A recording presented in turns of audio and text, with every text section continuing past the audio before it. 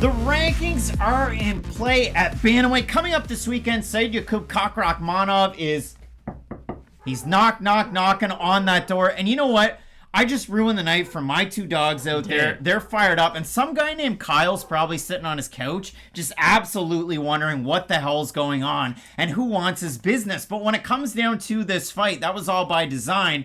Kakhramonov really has a good chance to wake people up and get them excited about this fight. And for Said Nurmagomedov, ranked 15th, he's got to hold on to that against an unranked fighter. And you'd think for a guy like Nurmagomedov, he's been on a lot of people's radar since even before he made his UFC debut. He's a WFCA bantamweight champ. He came in, he took on Scoggins, and he won by split decision. And then he came in and took on Ricardo Ramos as an underdog, and he won that fight, and he spun his way into that one. Now, he did lose to Raoni Barcelos. He came back. He's won 3 straight. But for Nurmagomedov, all of the things that led him to people enjoying him as a fan favorite, he was able to bring into his last couple of performances. Cody Stamen performance bonus. Hey, Cody, you were ranked for a while. Hey, Cody, gonna submit you very quickly out of Wrestling Exchange. And his last time out against Douglas Silva de Andrade, the pocket rocket. Matt, I know D Silva was able to rock him. I even thought he knocked down Nurmagomedov out of one of the exchanges. But Nurmagomedov, for what it was worth, brought in a complete skill set and really did look good that last time out. He did, and Nurmagomedov feels more dangerous at this stage of his career. It's not that his skill set's really changed all that much, but it does feel like he's been able to dial up his aggression.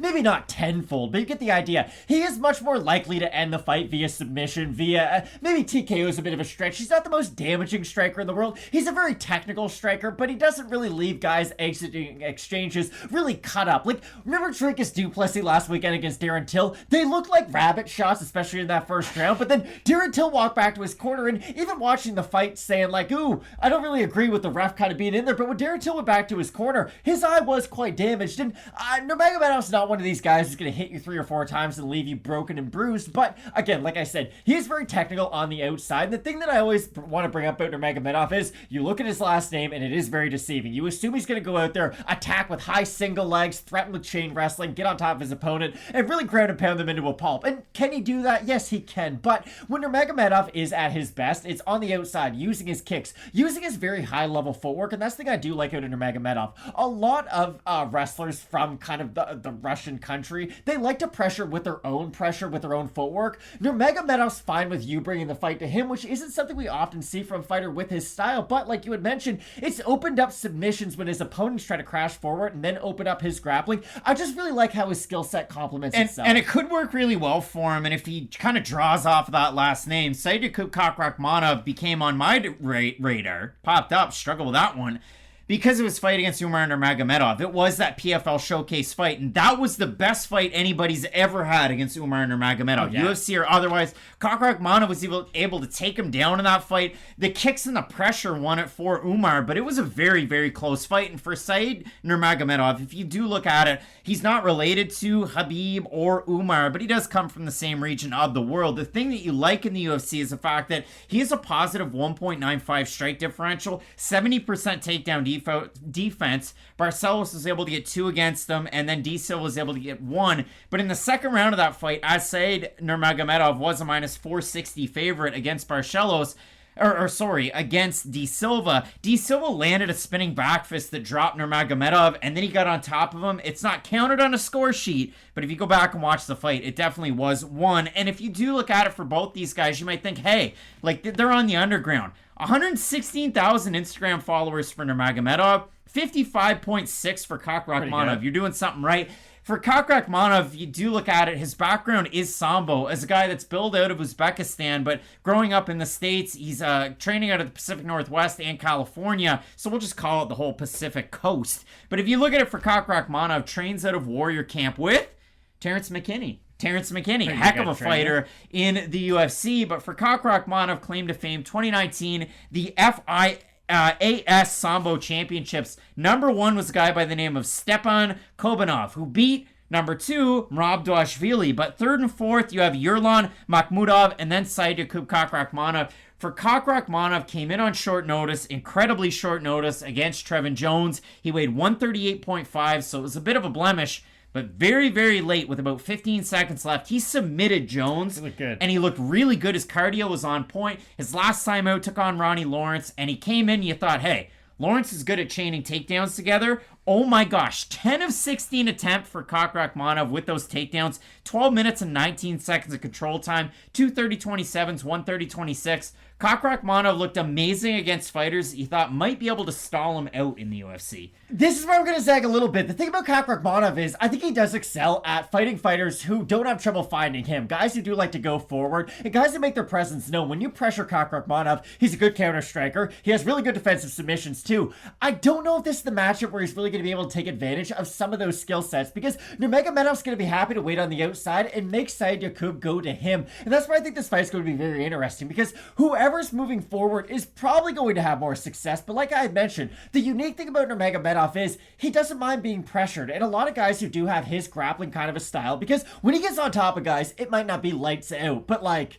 he cuts through your guard, he gets past it, and that's what I like out of Said Nurmagomedov. He's not someone who will lay and pray. He will go for that finish, and we have seen him take up his aggression as of late, but like we've said, and we've fed this horse until it died, this is one of the best fights in the card. I don't know how anybody could argue against that. The winner of this is extremely deserving of anybody in the top 5, if I'm being completely honest. I just think in the bantamweight division, the top 10 is very deep. The winner of this fight doesn't even fight Marlon Vera. No, Marlon Vera, but Marlon Vera is what, like number 4 or number 5? Yeah, number like 3? you're it's a really that's a stretch. Okay, maybe not, but I do feel like they deserve to fight up in the rankings without a doubt. They deserve an opponent with a number next to their name. Maybe top 5 is a little bit too high, I admit, but again, you do expect big things out of both these guys, and that's why I said this fight should be main card. They both have a lot to lose. Kakhramonov's been an underdog in both his UFC fights, and Nurmagomedov, again, was a minus 460 favorite against D. Silva's last time out. In this one, Nurmagomedov open minus 150, he's minus 120. Kakhramonov open plus 130, minus 104. We have a look at the votes over on Topology. Now, this is where I think the fans and all of us, I don't anticipate this one's going to be close to the fans. I'm going to say over under 70% Nurmagomedov. It'll be over, but I hope it's under. I'll say under. It's over. So 681 total votes, 80% Nurmagomedov, 71% by decision. For the 20% that have Kakhramonov, 83% by decision. From Kakhramonov's fight against Umar Nurmagomedov when he was 22 in the PFL to now, he's just gotten better at what he was already good at. And he was a really skilled fighter at 22. And for Nurmagomedov, again, same thing. Has he had this huge uptick in his volume? No. But he's added to picking his power shots, and he's also added to those defensive things. And if you look at his fight against Mark Striegel, who, again, if Kakhramonov fought Mark Striegel, I think he would also win that fight. But Nurmagomedov, anticipating the takedowns and being just vicious with his finish, he could really play off of that in a fight like this against Kakhramonov. And that's what I think. I do think Nurmagomedov's going to have more success in the grappling between these two. Now, on the feet, I don't expect a finish. And that's why I do have a very hard time predicting this fight, because I know we have it on the Fight of the Night screen too. I think it's a very skilled fight. I think there's a world where this isn't a good fight. I'm going to say this right now. I think there's a world where both guys stay on the outside, respect their opponent's skill set, and just say, hey, I'm kind of good with having a low volume outside fight, and we'll see what happens by the end of it. That might not be a popular prediction, and I hope that's not what we get, but I can see a world, because both these guys are so skilled, that it's, hey, they get into one grappling exchange, it's like, okay, ooh, that guy's pretty dangerous, and then they both stay away from each other. I can see a world where that happens. I will say, though, I do like Said Nurmagomedov in this matchup. I was very impressed by his submission win over Cody Stamann, I must say. Cody Stamann is not just a good grappler, that man's a great grappler. He can go out there and wrestle. He is good at jiu-jitsu. He has a very strong camp, too, where he primarily does train his grappling. And for those reasons, I do like Nurmagomedov in this matchup, but I can't say this enough times. This is arguably the most skilled fight on the whole entire card, and I'm very excited to watch it. I spent both Kakhramonov fights when he took on Jones and when he took on Ronnie Lawrence, and I thought about it, and then I went back and watched it just for the hell of it. And all I did in the entire video was compliment Kakhramonov and not pick him in the fight. And I'm doing it again this week, and I hate it, because I love Saidyokub Kakhramonov, and I don't want to discredit any of his skills. I just think that Nurmagomedov has a lot of the counters to it. So if you like Kakhramonov, I love him as a fighter. It pains me not to pick him in this fight. I'm going Nurmagomedov. Both of us are, but let us know down below in the comment section, please, who you have in this fight.